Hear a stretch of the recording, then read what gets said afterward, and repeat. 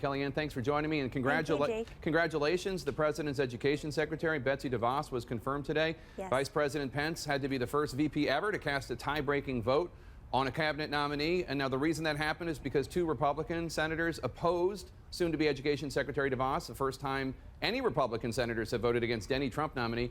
Can you understand their stated concerns, these Republican senators, about what they perceive to be a lack of experience with the public school system? Yes, I respect the concerns, and I'm glad that they made them transparent in public. I think that's part of a healthy democracy. We run a very big tent party here in the Republican Party, Jake. There will be disagreements. Very pleased that Vice President Pence cast that tie-breaking vote, and that Secretary DeVos will be sworn in just across the way here in the Vice President's ceremonial room at 5 p.m. today, and that she'll get on with the business of executing on the president's vision for education. He's made very clear all throughout the campaign and as president, he wants to repeal Common Core. He doesn't think that federal standards are better than local and parental control, for example, and he respects the fact that although public education works for many children in this country, including mine, it doesn't work for everyone, and that children should not be restricted in terms of their educational opportunities just by their zip code, just by where they live. We've got to look at homeschooling and charter schools and school choice and other alternatives for certain students. And so I think Secretary DeVos will be a very credible voice in that progress. A lot of Republicans on Capitol Hill were also upset when President Trump was asked about Vladimir Putin being a killer, and the president said the U.S. has, quote, got a lot of killers. You think our country's so innocent, unquote. And then he explained he was talking about U.S. involvement in the war in Iraq. Now, to be clear, Vladimir Putin is a human rights abuser, responsible for deaths in Ukraine, Georgia, and Syria, not to mention curious murders of his political opponents and journalists. Is President Trump really equating the war in Iraq with what Vladimir Putin does? No, he's just answering the question as asked. And I think a lot of this stems from the fact that there's just seems to be charge and accusation after charge and accusation that somehow President Trump and Vladimir Putin are BFFs. That is not true. He made very clear, I think most recently and most vividly, at his joint press conference with the Prime Minister of the UK, Theresa May, that he, President Trump, hardly knows Vladimir Putin. And he said that day, Jake, and I think that's what we should all refer to here, he said that day that perhaps he'll have a positive it's possible he'll have a good relationship with Vladimir Putin. It's possible that he won't.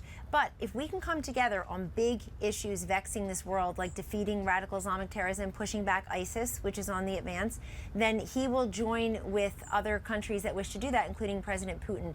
And they've had a couple of phone calls since he was elected president, and he will continue to speak to many leaders around the globe. But in that interview, he seemed to be suggesting moral equivalence with Putin's Russia and the United States.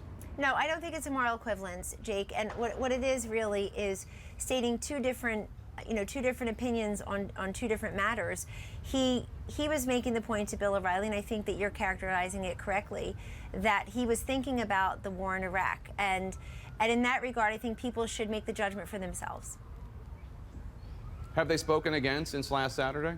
Not that I'm aware of, no, I don't believe so. I want to play that clip again in which President Trump yesterday was talking about media coverage of terrorist attacks. Let's roll the tape. You've seen what happened in Paris and Nice. All over Europe, it's happening. It's gotten to a point where it's not even being reported. And in many cases, the very, very dishonest press doesn't want to report it. They have their reasons, and you understand that. After he said that, the White House released a list of the attacks that he was supposedly referring to as, in his words, not even being reported. I want to put up some footage of CNN reporters covering the attacks on that list. I spent 2 weeks in Paris in 2015 reporting on the attacks. We also see on the screen dozens of my colleagues, Alison Camerata covering the bombings in Brussels, Chris Cuomo and Anderson Cooper reporting on the supermarket attack in Paris, Brooke Baldwin covering the attack in Nice, Victor Blackwell reporting on the shootings in San Bernardino. Kellyanne, CNN and other media organizations cover terrorism around the world all the time. Saying that we don't cover terrorism, that's just false. What the president is saying there, Jake, is that there are other attacks that don't get as much coverage. Obviously, the very sad incidents that you related where, frankly, CNN did amazing coverage for weeks at a time. I saw you all there on the ground doing that and telling the human interest stories and the tragic stories and, frankly, the involvement of the terrorists in those brutal attacks. Those get coverage. The other ones on the list, not so much. I think his point is twofold. Those ones were on the list, but the ones I just recited for you were on the list. Absolutely. Oh, no, and I'm saying the ones that have high casualties, like Nice and Brussels and certainly Paris and the like. Those are covered extensively by all media outlets, as well they should be. It's the other ones on the list. I think he's making 2 points here. One is that we just can't allow ourselves to become inured to terrorist attacks, to see it as the new normal. And so if we're not covering all of the many different attacks, and that they're all ISIL-inspired attacks, in this case, the ones that he was referring to in the list that was generated, as I understand, Jake, then we want people to realize that then that's what leads him to want extreme vetting from 7 narrowly prescribed countries in a very temporary way. Number 2, the point that he is making is, according to the Tyndall report and other sources, we have inordinate coverage on candidate Trump during the Republican primary, 333 minutes on him, and really, 5 times as much coverage on him as these terrorist attacks, and frankly, more coverage by the major networks, at the very least, on Prince's death, the artist named Prince. Tyndall covers the 3 network evening news broadcasts. Well, that's right, they do. That's not reflective of the entire media. No, I understand, but I'm trying to tell you, you're asking me why he said this, and I'm responding to the question. Your spin about the idea that we don't want to be inured to that's a lovely spin, but that's not what he was saying, Kellyanne. He was saying the media does not cover these stories because we don't want to cover them, because we have some sort of agenda. That's what he was suggesting, and it's offensive given the fact that CNN and other media organizations have reporters in danger right now in war zones covering ISIS. And I just don't understand how the president can make an attack like that. There's no question about that. Well, first of all, I want to tell you, I don't intend it as spin. I'm crediting the coverage that CNN and your colleagues across the media gave to these high-profile and high-casualty, very sad, very vicious attacks. They were on the list of undercovered attacks. As were dozens and dozens of others. But I do know what the president's point was, because I've discussed it with him directly. And it's that we need to make sure that people understand that what was stated by Hillary Clinton, Secretary Clinton, in her convention speech, these are our determined enemies, is a really light way of referring to radical Islamic terrorism. He's willing to name it, and it was a big piece of his campaign. And frankly, Jake, if you look at the polls, including CNN's polls, national security and terrorism were important issues to many Americans. He made it a point to show real distinction there, and he wants to show a point as president in the real distinction, because there seems to be some coverage these days, maybe not here, but definitely elsewhere, that somehow terrorism is not a big problem, or somehow national security is all taken care of, and that's just not true. And I think when you're talking about his extreme vetting, he is making the point that that is in response to the threat of terrorism globally. I don't know who is making the case that terrorism is not a serious problem, though I do appreciate your citing a CNN poll. President Trump was clearly saying that the media does not cover terrorist attacks that we clearly cover, and he was saying we don't do it because we don't want to do it, and because we have some sort of ulterior motive in that. That's not what you're saying right now, but that is what he's saying. But while we're on the subject of not addressing a terrorist attack, I want to ask you, in Quebec City last week, a white right-wing terrorist opened fire on a mosque filled with innocent men, women, and children. 6 people were killed. President Trump has not said or tweeted one public word about this. You want to talk about ignoring terrorism? Why hasn't the president offered his sympathy to our neighbors in the north? I know he's sympathetic to any loss of life.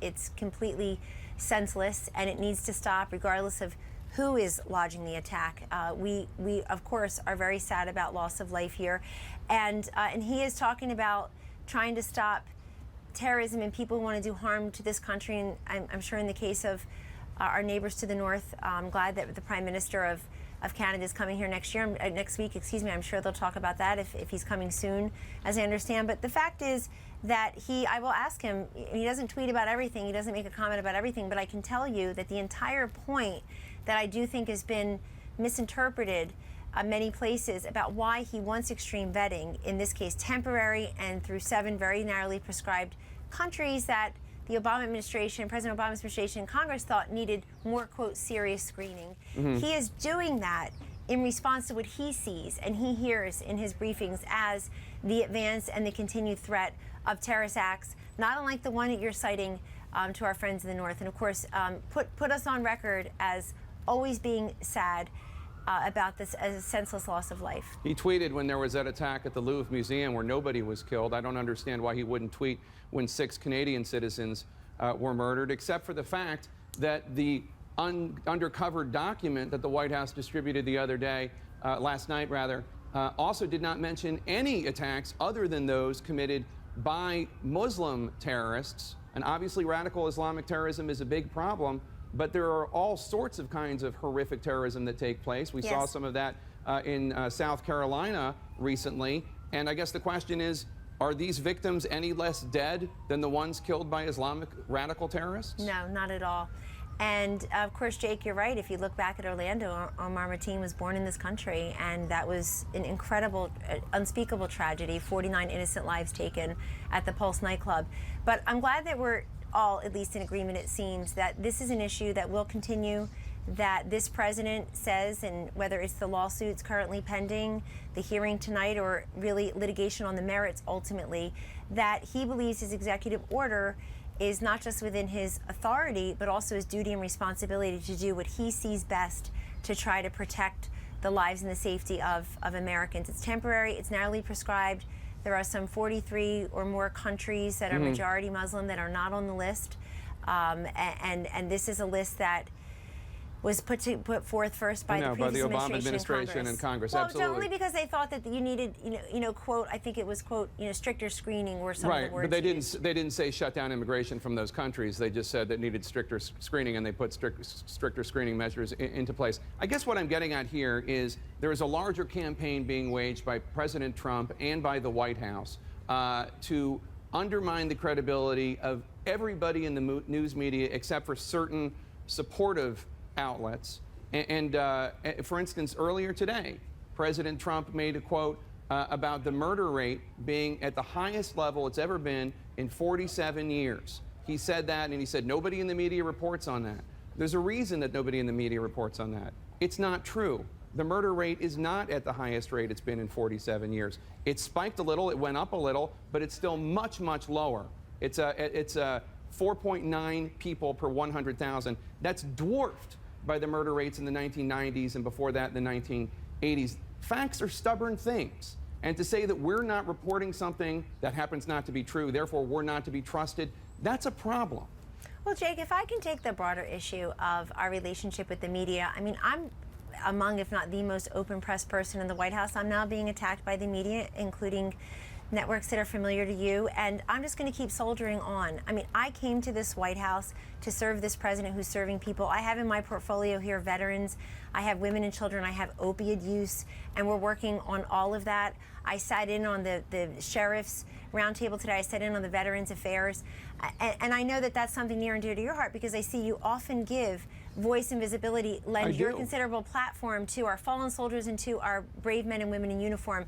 On that, we agree. And if we can find areas of agreement, give me a call, because I sat in on that. I had sat in on a similar meeting in Mar-a-Lago over the holidays, a working session. We had some of the top minds and leaders in healthcare here to the White House today, so they can advise specifically on Veterans Affairs issues. Not a single person there said, oh, President Obama didn't care. Nobody said that. It was basically, how do we move forward so that the structure is better, the responsiveness is better? I can't imagine anybody disagrees with President Trump when he says, if we don't take care of our veterans, who are we really as a nation? So if we can find areas of agreement. Not addressing what I just talked about. What we're talking about is the fact that the White House is waging war on people who are providing information, sometimes risking their lives to do so, saying that nothing we say is true. All of it is fake. I would much rather be talking to you about veterans issues. In fact, when it comes to the Trump administration, I would be much rather covering immigration, I would much rather be covering trade, and I would much rather be covering draining the swamp and counterterrorism. But instead, every day, there are these sprays of attack and sprays of falsehoods coming from the White House. It would be better if they were not covering from the White House, for me and for you. Agreed.